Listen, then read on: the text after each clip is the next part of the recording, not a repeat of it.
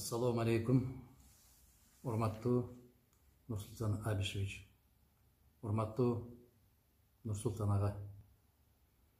Сизге мен бүгүн Казак Республикасынын эл башы катарында эмес, Казак Республикасынын баштакы президенти катарында эмес, бүтүндөй түрк ааламынын аксакалы катарында, Казакстан элдеринин ассамблеясынын төрагасы катарында биз кыргыз казакка орток болгон аксакал, даанышман аксакал катарында кайрылууга мажбур болуп отурам.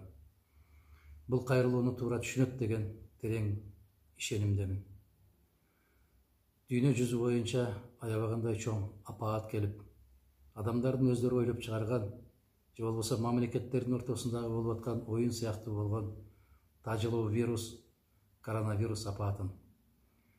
Бул апааттын натыйжасында биздин 100 миңдеген кыргыз боордошторубуз Россияда иштеп жаткан жана башка өлкөлөрдө иштеп жаткан биздин боордошторубуз көптөгөн кыйынчылыктарды тартты.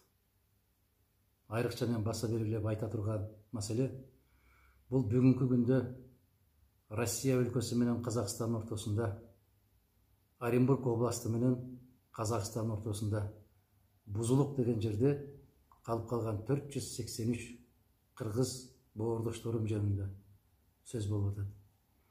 Россия тарабынан эч кандай маселе жок.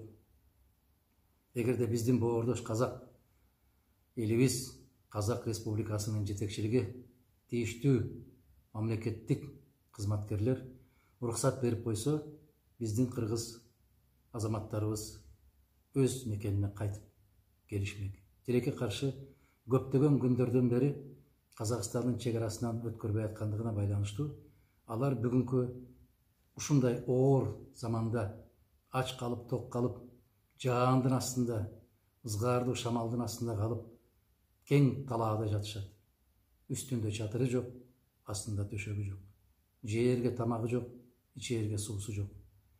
Урматтуу Нурсултан Абишевич, мен кыргыз бийлигине кайрылып отуруп, эч кандай жыйынтык чыкпагандан кийин жалгыз сизге кайрылууну туура көрдүм. Дагы бир жолу баса белгилейм, кыргыз казакка тең болгон аксакал катарында, бүтүндөй түрк ааламынын расмий макамына ээ болгон аксакал, түрк дүйнөсүнүн аксакалы катарында кайрылууга мажбур болдум. Сиздин колуңуздан келет. Ушуга ыйык Рамазан айында соопчулук үчүн тийиштүү жетекчиликтерге тапшырма берип койсоңуз, биздин боордошторубузду, кыргыз азаматтарын чек арадан өткөрүп койсо, башка эч нерсенин кажети жок. Алар өз унааларын өзү таап, өздөрү жетип алат. Алар эч ким менен байланышпайт, унага түшөт, кербен катарында түп-түз эч ким менен аралашпай, кыргыздын чек арасына чейин келип алышат. Алдынан артынан Казакстандын полицияларын коюп койсоңуз да болот. Эч ким менен байланышпайт алар. Бирдеме жуктурабыз деген эч кандай коркунуч болбойт. Мен сизден каттуу өтүнүп суранам. Ыйык Рамазан айында улуу соопчулук иш кылып койсоңуз, урматтуу Нурсултан Абишевич. Сиздин кабарыңыз жок мындан. Кабарыңыз болсо сөзсүз аталык мээримиңиз менен бул маселени чечмексиз. Андан түк шегим жок. Кыргыз Республикасына көптөгөн кыйынчылыктар башына келгенде, сиз Казакстандын эл башы катарында, Казакстандын туңгуч президенти катарында аябагандай көп жардамдарды берип келгенсиз. Алар биздин эсибизде. Ал үчүн биз сизге дайым терең ыраазычылык билдирип келебиз, билдире беребиз.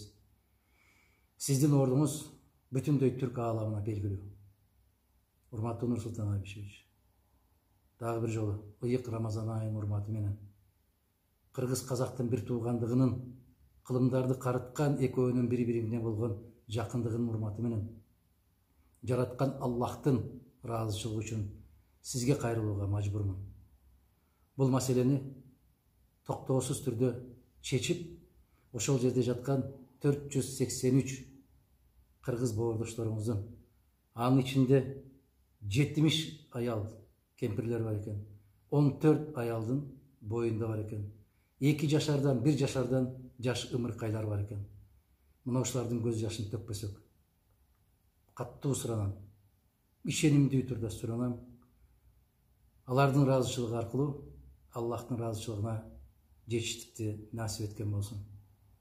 Урматтуу Нурсултан Абишевич, менин кайрылуумду четте калтырбайт деген үмүт менен, сизге терең ыраазычылык билдирүү менен, сизге болгон сый урматымды баса белгилөө менен, иниңиз Адахан Нодумаров.